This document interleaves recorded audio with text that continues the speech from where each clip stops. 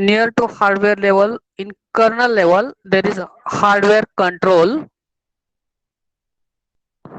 And then there are a device drivers which contains character and block which communicates directly to the hardware control.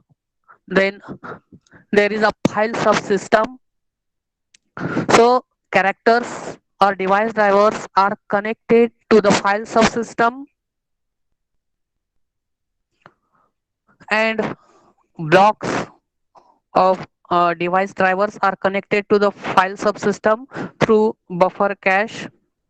Then there is another process control subsystem which consists of inter-process communication, a scheduler, memory management, which are connected to each other, which are connected, that is in process control block, process control subsystem, and that process control subsystem is directly connected with the hardware control. Then there is a system called interface. The file subsystem and process control subsystem is connected to the system called interface, and then they are connected to the user through a libraries, that is user libraries, directly or indirectly. So system call connected with directly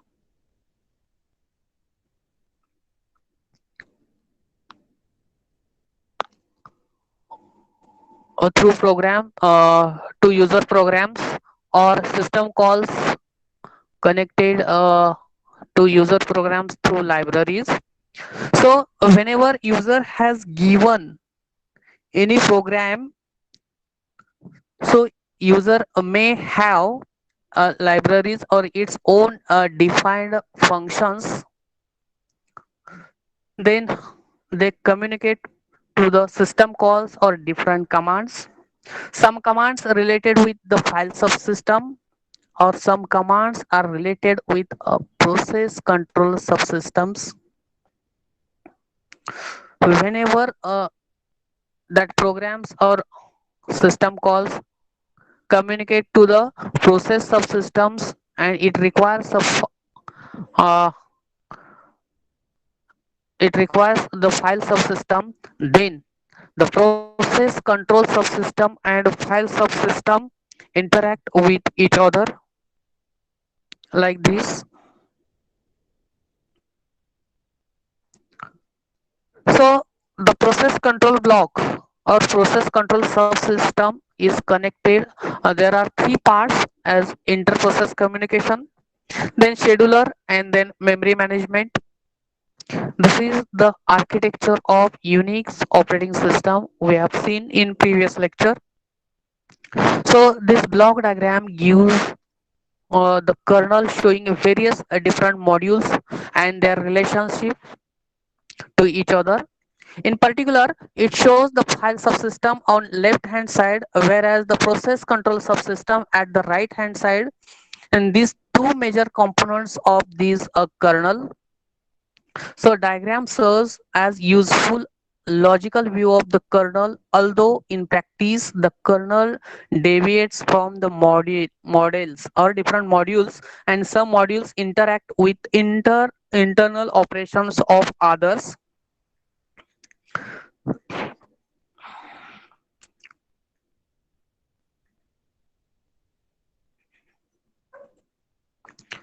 So this figure shows that there are three levels: user level, kernel level, and hardware level. So system calls, interface, and library interface. This library interface and a system call interface, there is a boundary or a region between user level and kernel level. Similarly, here a boundary between hardware level or hardware control and hardware. There is a boundary between hardware level and kernel level. So kernel level from system call to the hardware control, and in the kernel there are two major components: a file subsystem and process control subsystems. So system calls look like ordinary files, system calls, that is a different commands. So commands, that is a dot out is a command for C program, and library maps of these function calls, that is a primitive, that is a basic needed to enter the operating system. The assembly language programs may invoke system calls directly without a system call library. So programs frequently use other libraries such as a standard input output library, which provide more user friendly to use system calls, that is more sophisticated use of system calls. So libraries, these libraries are linked with programs at compile time as a part of user program. So this figure partitions a set of system calls into those that interact with the file subsystem and those interact. The system calls are divided into two parts. Those are interact with file subsystems and those are interact with the process control subsystem. So the file system manages files. The system calls interact with file subsystem, manages files, allocating files, space, administrating free space, then controlling access to files and retrieving data for users. The processes interact with the file system via specific set of system calls. The system calls which interact with process control subsystem or sorry, the system calls interact with file subsystem via specific set of system calls such as open for opening a file to read or write, then close, read, write, stat, that is a query attribute of file, then change mode, that is change the mode of, that is access permission, read, write, execution, and change the owner of that file, that is user, then group user and others. So these are the operations done in file subsystem. Then file subsystem access file data using buffering mechanism that regulates data flow between the kernel and a secondary store, that is a buffer cache is used for a secondary storage device. Buffer cache is a secondary storage device for buffering if data is a major. Then buffering mechanism interacts with block input output device drives to initiate data transfer to or from the kernel. So device drivers are the kernel modules that control the operations of peripheral devices. Device drivers are the kernel modules that control the operations of peripheral devices. The block input output devices are a random access storage. Alternatively, their device drivers make them appear to random access storage devices to the rest of the system. Then process control subsystem is responsible for process synchronization. This process control subsystem is responsible for process synchronization, then inter-process communication, then memory management and process scheduling. The file subsystem and the process control subsystem interact with loading a file into memory for execution. When there is a loading a file from file subsystem to memory management for the execution, then they interact with each other. The process subsystem reads executable files into memory before executing them. Some of the system calls controlling processes fork, that is creation of new processes. Then overlay image into the program running process, that is execution. Then exit, that is a finish executing a process. Wait, that is a suspend. So wait, that is synchronize process with the exit of previously forked process. Then break, control the size of memory allocated to a process. And signal, that is control the process response to extraordinary events. Then there are three parts in process control subsystem, that is interprocess communication, then a scheduler, then memory management. So memory management module controls the allocation of memory, then freeze of the memory, that is freeing of the memory. So if at any time system does not have enough physical memory for all processes, then kernel moves them between main memory and a secondary memory whenever there is a not enough space for all processes at the same time for the execution. Then kernel moves that all processes between main memory and secondary memory so that all processes get their fair chance to execution.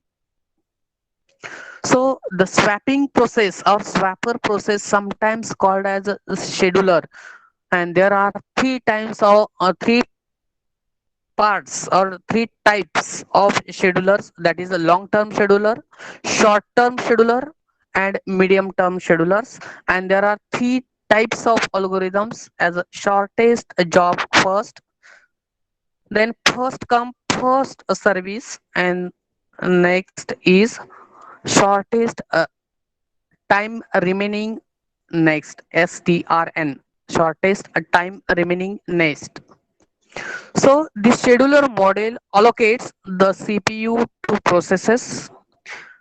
The scheduler it schedules them to run in turn until they voluntarily relinquish the CPU while awaiting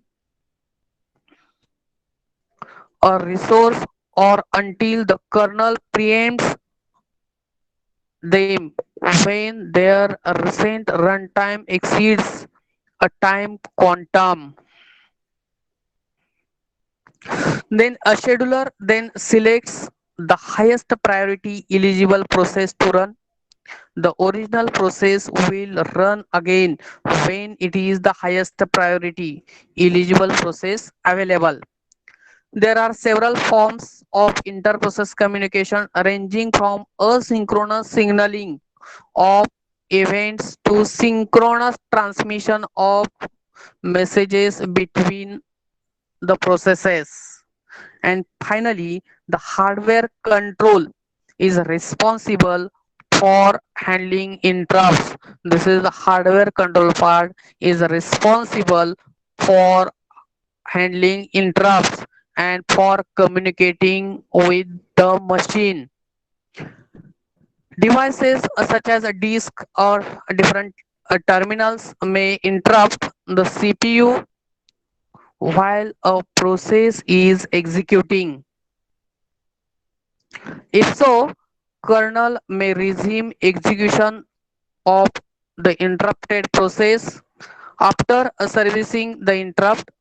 The interrupts are not serviced by special processes, but they but by special functions in kernel uh, called the context of currently running process. If kernel may resume execution of interrupted process after servicing the interrupt, so the interrupts are not serviced by special processes but by special functions in the kernel. While executing a currently running process will be stopped by interruptions, and these interruptions are not due to the special process, but it is the some special functions in kernel, and that is called as context of the current running process or currently running process. So this is the explanation of this Unix architecture of Unix operating system. Up to this we have studied in a previous lecture. Now we move towards a next point, introduction of system concepts. There are 2 points in this.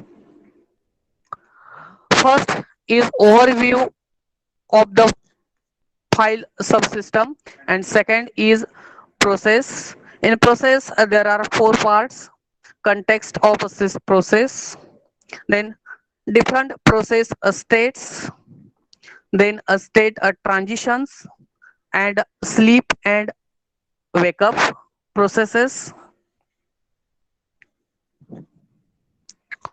So the overview of a file subsystem, that is internal representation of file, is given by inode.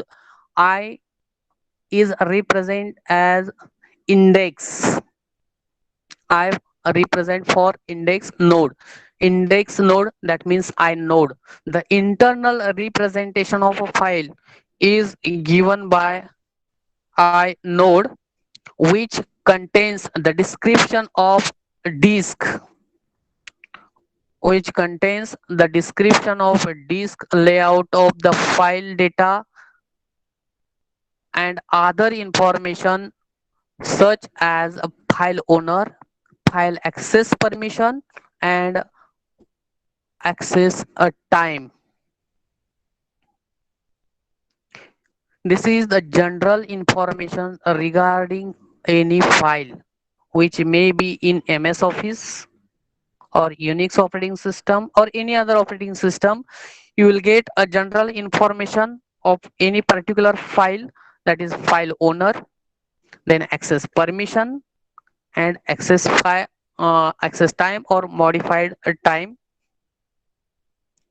So this is the internal representation of file. So the term inode is contraction terms of index node, and it is commonly used in this Unix operating system. So every file has one inode. Every file has its own index node, one index node, but it may have several names, all of which map into inode, and each name is called as a link.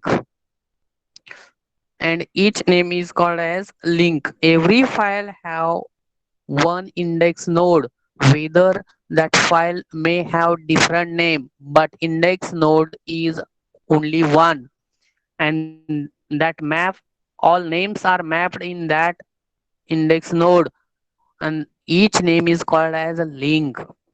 When process refers to a file by name, when a process refers file by name, the internal parses file name one component at a time and checks that processes has permission,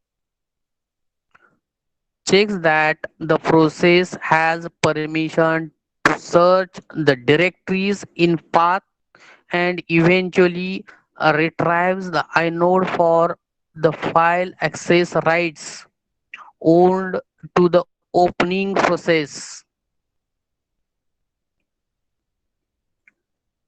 The user file descriptor table identifies all open files for a process. See, this is a figure for a file a subsystem. This is the user file descriptor table, then file table, then inode table. See the figure carefully.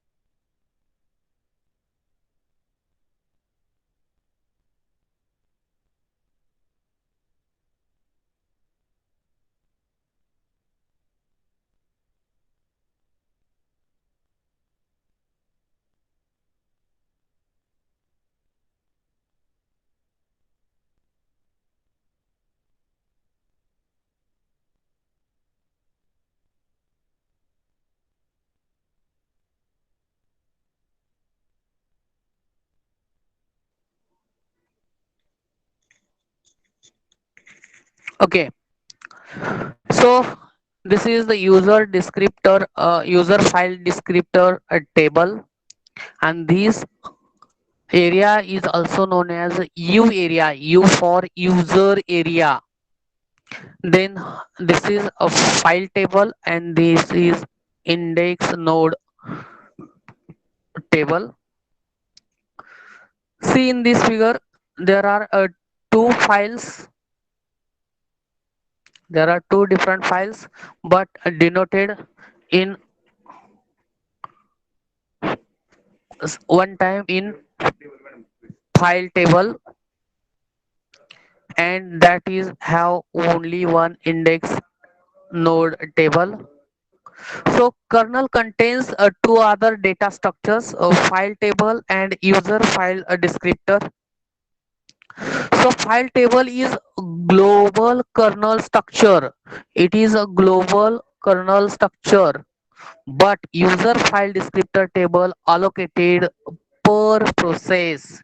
This user file table is allocated, or this descriptor table for user file is allocated per process.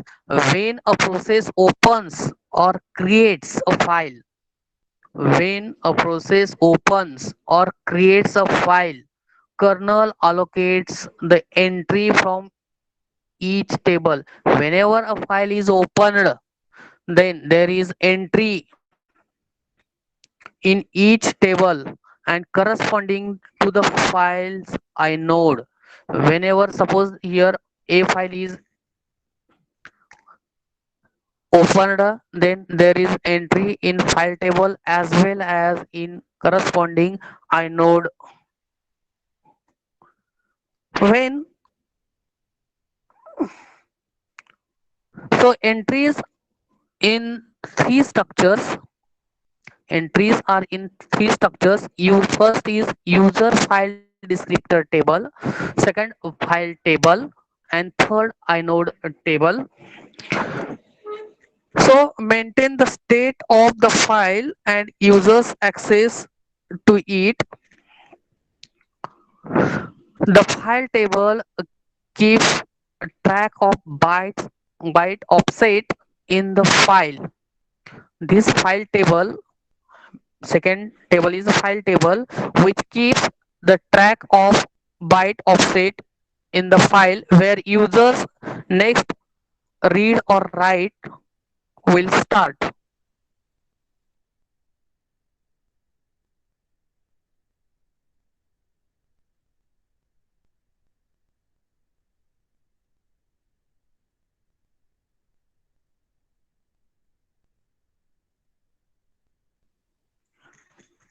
So this figure shows the relationship between different tables. The kernel returns a file descriptor for open and create a system calls, which is an index into the user file descriptor table. When executing a read and write system calls, kernel uses the file descriptor to access the user file descriptor table. Whenever executing file read or write system calls, then kernel uses the user file descriptor table and follows the pointer. Suppose there is a file A, first file here is A. Whenever that file is opened for a reading or a writing, then kernel uses this user file descriptor table and follows the pointer of this file towards the file table and the index node table entries, and read that entries from file table and index node tables for finding data in that file.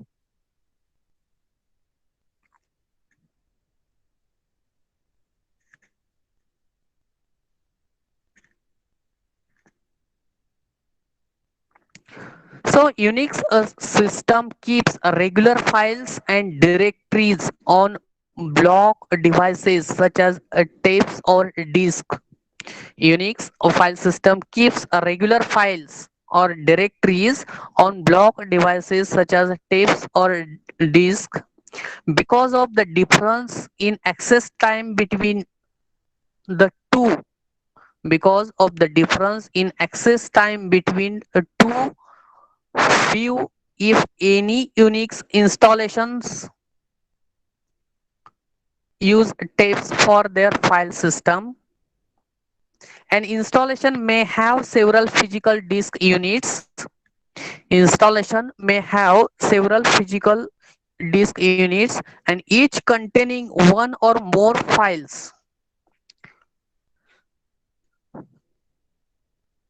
Each disk containing one or more file systems, and partitioning a disk into several file systems make it is easier for administrator to manage data stored there. For managing a data storage, it is easier to administrator for several file subsystems or several file systems in a physical disk unit, and for installation there are several physical disk units. And the kernel deals with logical level with file system rather than with disk. Kernel deals with logical level with file system rather than with disk, treating each one as logical device, identifying by logical device number. And the conversion between logical device, that is file system address, and physical device address is done by disk drivers, which is shown in Unix operating system architecture of Unix operating system, that is a disk driver. Use of disk driver is the conversion between logical device address and physical device address. This is the conversion between logical to physical is done by disk drivers. So a file system consists of sequence of logical blocks. A file system consists of sequence of logical blocks, and each block containing 5, 12, 10, 24, 20, 48, or any convenient multiple of 512 bytes, and depending on the system implementation. As per requirement of system implementation, the file system consists of sequence of logical blocks, and each block contains 512 bytes, 1024 bytes, 2048 bytes, or any convenient multiples of 512 bytes. So size of logical block is homogeneous within a file system but may vary in different file system in system configuration. In a file system, the size of logical block is homogeneous. In file system,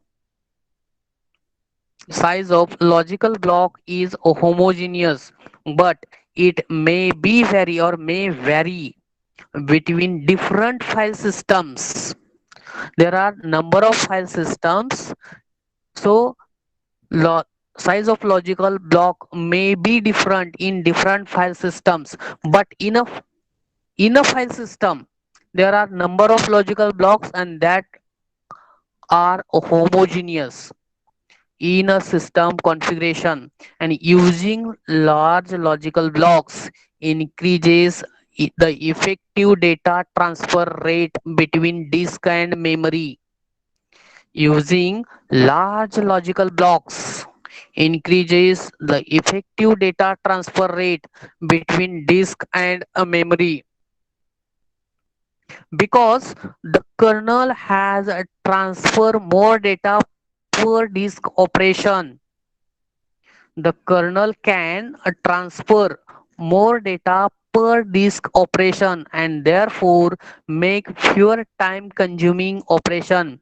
Whenever the larger or more data transmission, then there is a requirement of less time. There is fewer time consuming.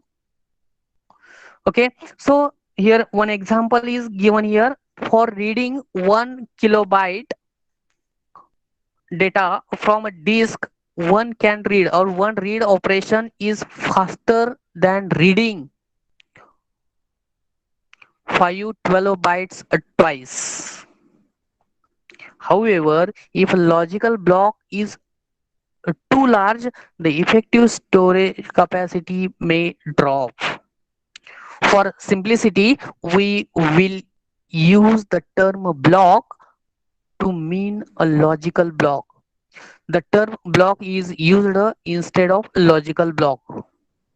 So it will assume that logical block contains 1 kilobyte of data unless explicitly stated otherwise. That is, in general, logical block contains 1 KB data whenever they cannot define any other data. We can consider logical block contains 1 KB data. So this is a structure of file system. There are four blocks: boot block, a super block, inode list, and data block. So the file system has a following structure, that is boot block. Whenever system starts, the boot block occupies beginning of file system, typically the first sector. The boot block occupies the file uh, the boot block occupies the beginning of file system, typically in first sector, and may contain bootstrap code that is read into machine to boot or initialize the operating system. Although only one boot block is needed to boot the system, every file system has a boot block. Then next block is super block. It describes state of file system, how large it is. It describes state of a file system and it is how large, then how many files it can store, where to find free space in file system, and other information. The work of super block, which describes a state of file system, how large, then how many files can store, then where to find a free space on file subsystem or file system, and any other information. Then next block is inode. The inode list, that is index node list, it is a list of inodes that follows a super block in the file system. After the super block, there is inode list, and that administrators specifies size of inode list when configuring the file system. The inode list, that is kernel references index into the inode list. One inode is root inode of file system. One inode is the root inode of file system. That is, it is the node by which The directory structure of the file system is accessible after execution of mount system call. And last is a data block, which start at the end of inode or at the end of inode list and contains file data and administrative data. An allocated data block can belong to one and only one file in the file system. An allocated a data block can belong to one and only one file in the file system. There are four types of blocks in file system: boot block, super block, inode list, and a data block. So whenever system starts, the booting process start for showing the operating system. Then it is a super. After that, there is a super block. It shows how long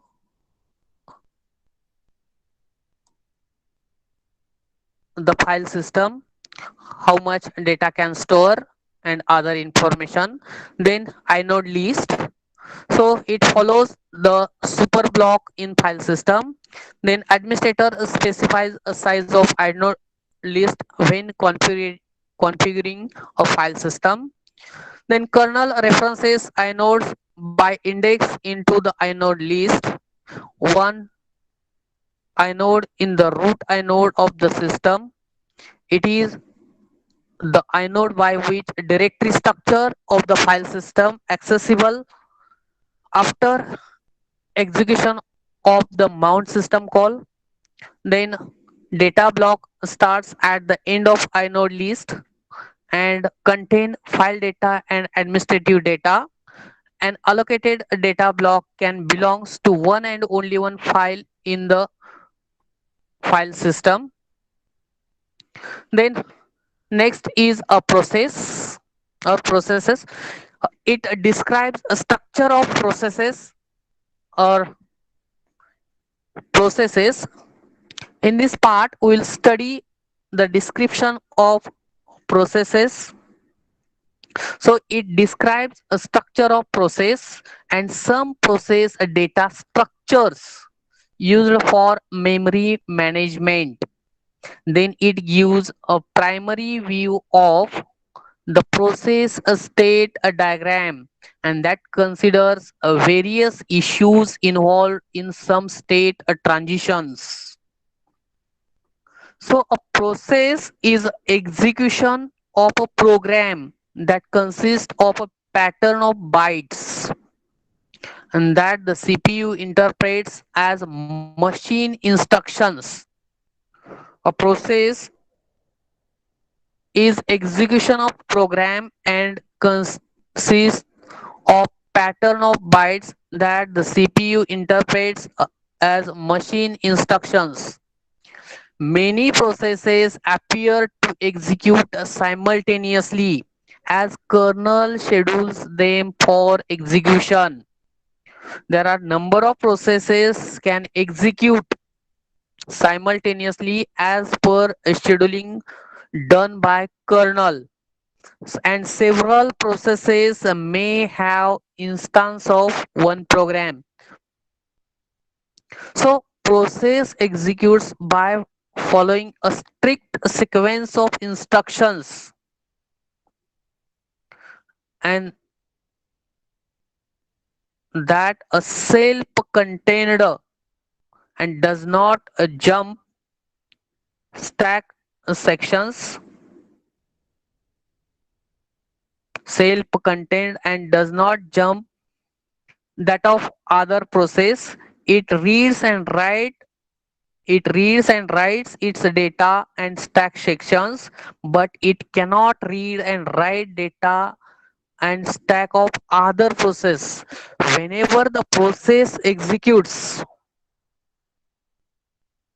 whenever the process execute, there is a strict follow the strict sequence of instructions that are self-contained and that does not jump other processes.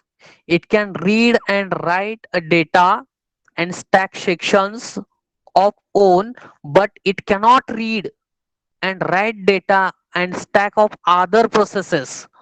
Processes communicate with other processes and with the rest of the world via system call. Whenever, suppose two processes want to communicate to each other, then they cannot directly communicate to each other.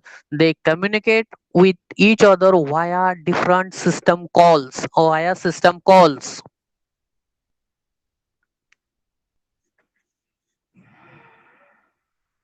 So, in practical terms, a process on Unix operating system is the entity that created by the fork system call, and every process except process 0, every process except process 0 is created. Other than process 0, all processes are created when other process executes a fork system call. The process that invoked in fork system call is the parent process. Fork system call generates a new processes from the parent processes, and newly created processes is known as child processes, and the child processes generated from a particular process, that particular process is known as a parent process, and every process has one parent.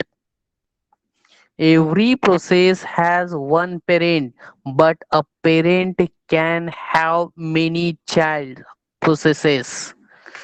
Every process have one parent, but a process can have many child processes.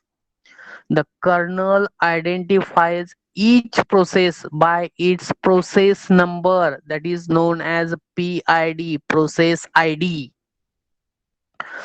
And process 0 is a special process that is created by hand, and when the system boots after a slash orbiting a child process, process 1. So process 0 becomes a swapper process, and process 1 known as init. It is ancestor of other processes in the system, and it enjoys a special relationship with them.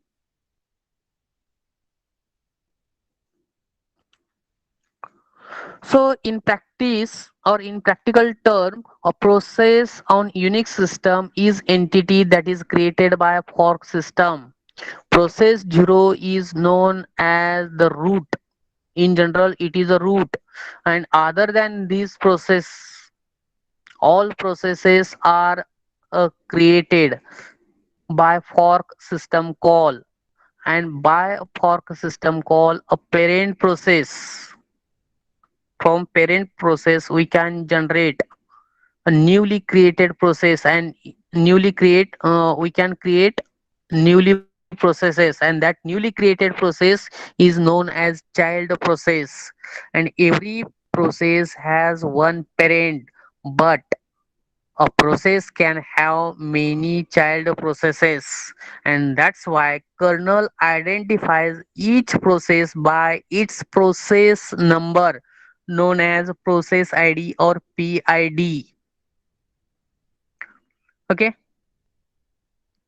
as user compiles the program, user compiles the source code of a program to create executable file which consists of several parts. User compiles a source code of program to create executable file which consists of several parts, such as a set of headers that describes attributes of the file, then program text, then machine language, a representation of data,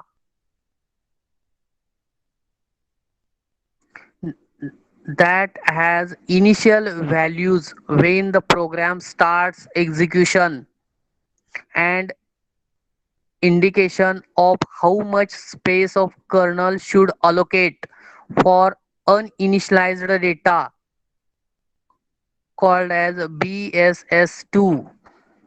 The kernel initialize is time. So kernel loads an executable file into memory during exec this system call. The loaded process consists of at least three parts called regions. And that three parts are or three regions are a text, a data and stack. The stack consists of logical stack frames that would be pushed when calling the function and popped when returning. A special register called as a stack pointer indicates the current stack depth.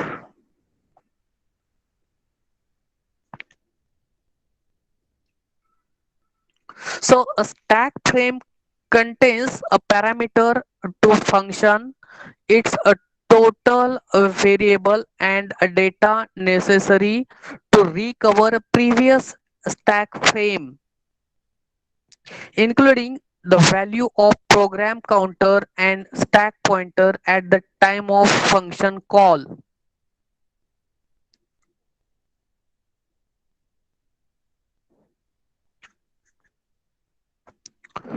So the program contains the instruction sequence that manage stack growth, and kernel allocates a space for stack as per requirement. Then kernel stack contains a stack frames and functions executing in kernel mode.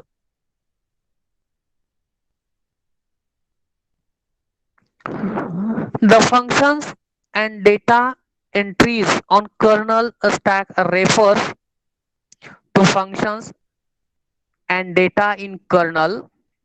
The functions and data entries on stack kernel stack refers to functions and data in the kernel, not the user program, but its construction is the same as the user stack. The functions and data entries on kernel stack refers to functions and data in kernel, not in user, because construction of both stack is same as user stack and kernel stack. So kernel stack of a process is null when process executes in user mode. When the process execution is done in user mode, then kernel stack of process is null. So every process has an entry in kernel process table. Every process has entry in kernel process table, and each process is allocated a U area. U, that is user area. U area, that is user area, that contains private data manipulated by a kernel. The process table contains or points as per process region table whose entries point to entries in region table. A region is a continuous area of process address space and such as text, data and stack.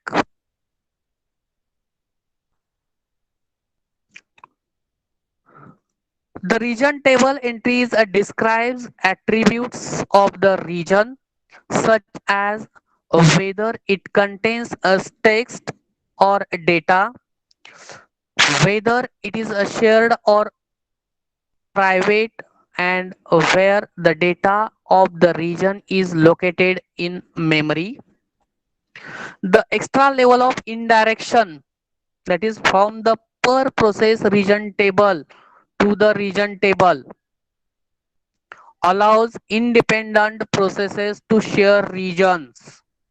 And when process invokes the execute system call, then kernel allocates a region for its text data and stack after freeing the old region of the process had been using.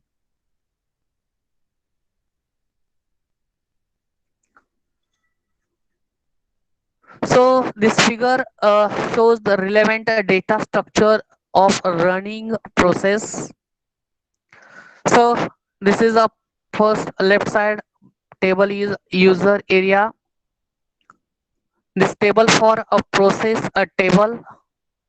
Then this is a region table per process region table. Then third one is a region table and this process table. Then per process region table and region table. Then there is a connection from region table to main memory. So this figure shows the relevant data structure of a running process, and the process table points to this process table.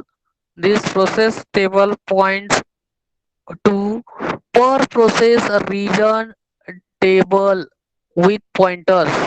Per in this process table points to per process region table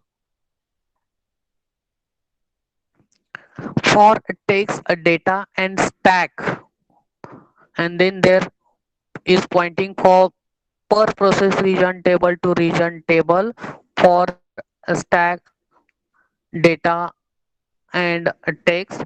The process table entry and the user area co- contain control and status information of the this user area. So user area contains control and status of the information about the process. The user area is an extension of process table entry. This is user area and it is an extension of process table entry. So this is user and process table entry fields. The process table discussed as a state field. Then identifiers indicating user whose own process, that is user ID or UID.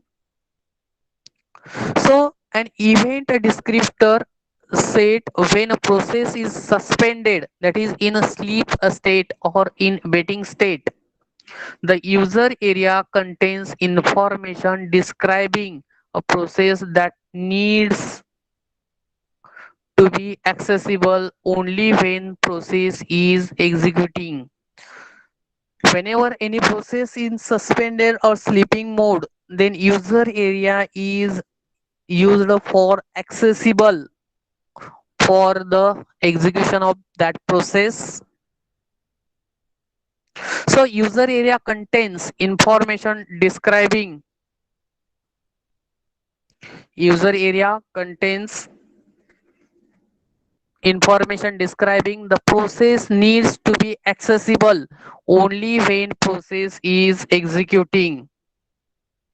The important fields are a pointer to a process table slot of currently executing process, parameters of current system calls, return values and error codes, file descriptors for all open files, internal input output parameters, current directory and current root, process and file size limits. These are the important points regarding the process.